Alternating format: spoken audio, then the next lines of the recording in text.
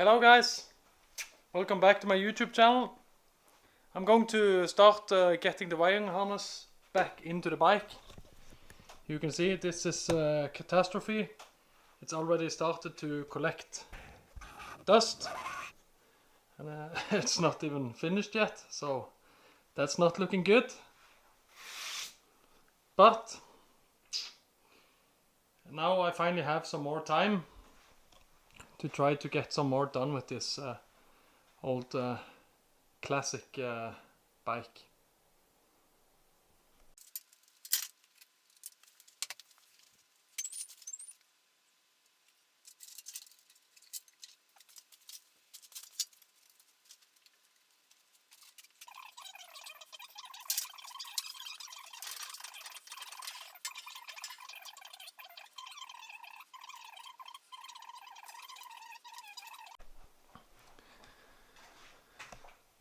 This is how far I got today.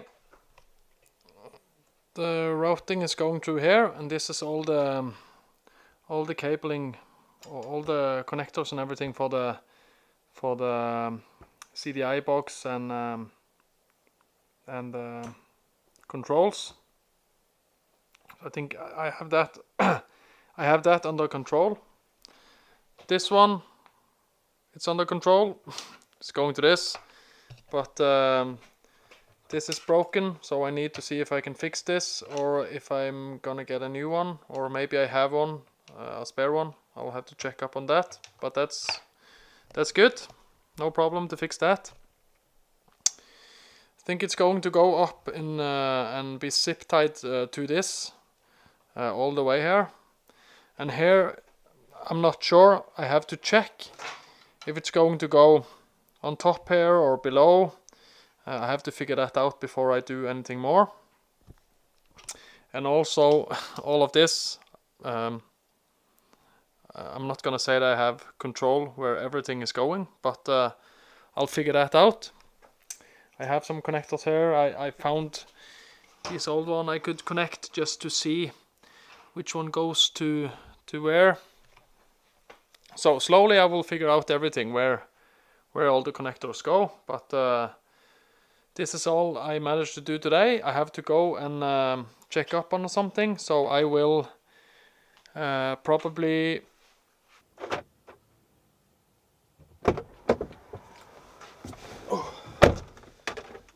Hello YouTube! Now we are going to a very special place. I'm going to show you something really cool, so stay tuned. I'm just finished at work. Now we're going to a really cool place. Something I found, and I'm going to share it with you now. It's going to be a future project.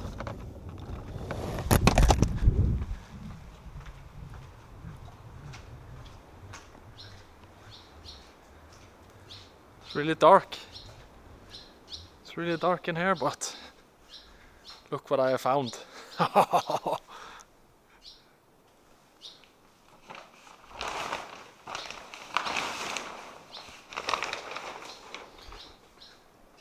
Oh yes, it's another one. This is a 1995 model, black Chesterfield, of course. So this is a real. This is actually the first year of this generation. So this is the rarest bike because they didn't make that many in 1995. So as soon as I can empty the garage, this is going home with me. So I'm happy, and it doesn't look too bad actually. It of course it needs to be polished, and I'm gonna repaint it and overhaul the engine probably and do all that stuff. But it doesn't look too bad. And the previous owner told me. It's over 10 years ago he used this, but 10 years ago he parked it and it was working fine then, but it hasn't been turned over or tried to be started or anything. in 10 years, so hopefully it will run. I also have a friend. That's where my other bike is. He also has an old project that he actually got for free. I'm just going to show you that.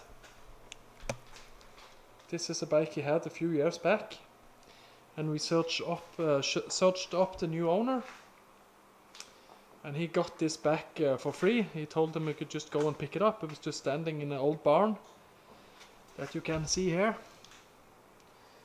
But this here is, I think it's a 2002 model, and it's missing some fairings, you can see, but we're gonna get hold of that. So this is also gonna get restored later on, but I'm gonna do, I don't know when he is going to start on this project, because he has a lot of other projects, but sometime in the future this will be fixed as well. So then it's back to the garage and continue with my first Aprilia.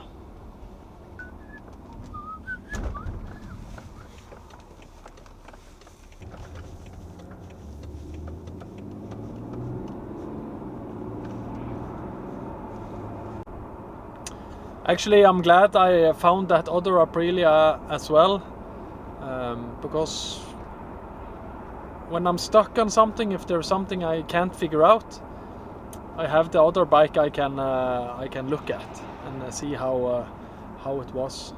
I've done one mistake when I took it apart. I didn't take enough pictures.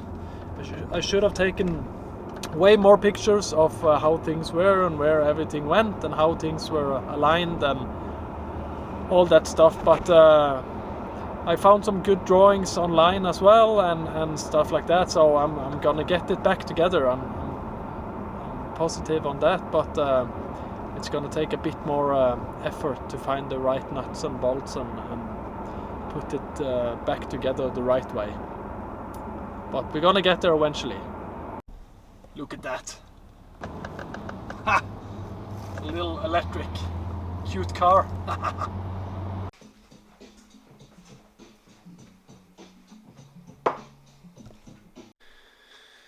Okay, so the dumbest thing I did when I took apart this bike was that I collected all the bolts just in boxes like this, because I thought I would change out much of the bolts, which of course I'm going to do, but now it's extremely hard to know which bolt went where. I have found some drawings online and stuff, but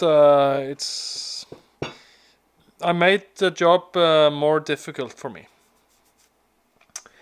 But now I'm gonna get this one on, and this one is going inside here.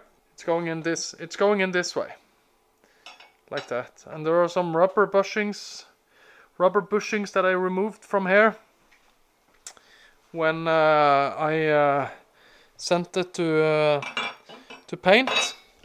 And if I don't remember wrong, all the parts for that is in this one.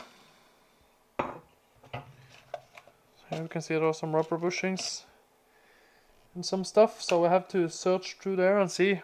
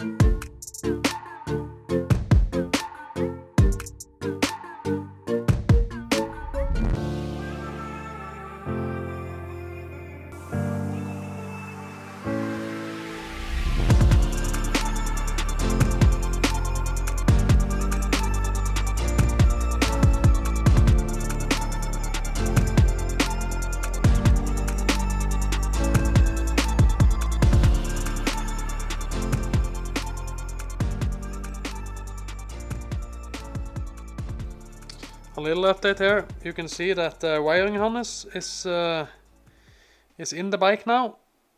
So we're moving forward. And I've started to mount some small components. Horn, what you call it. Yeah, so I went up in the loft to get some more parts. I found this. It's in pretty good shape. I need to clean it up a bit, and I noticed one of the mounts here were cracked.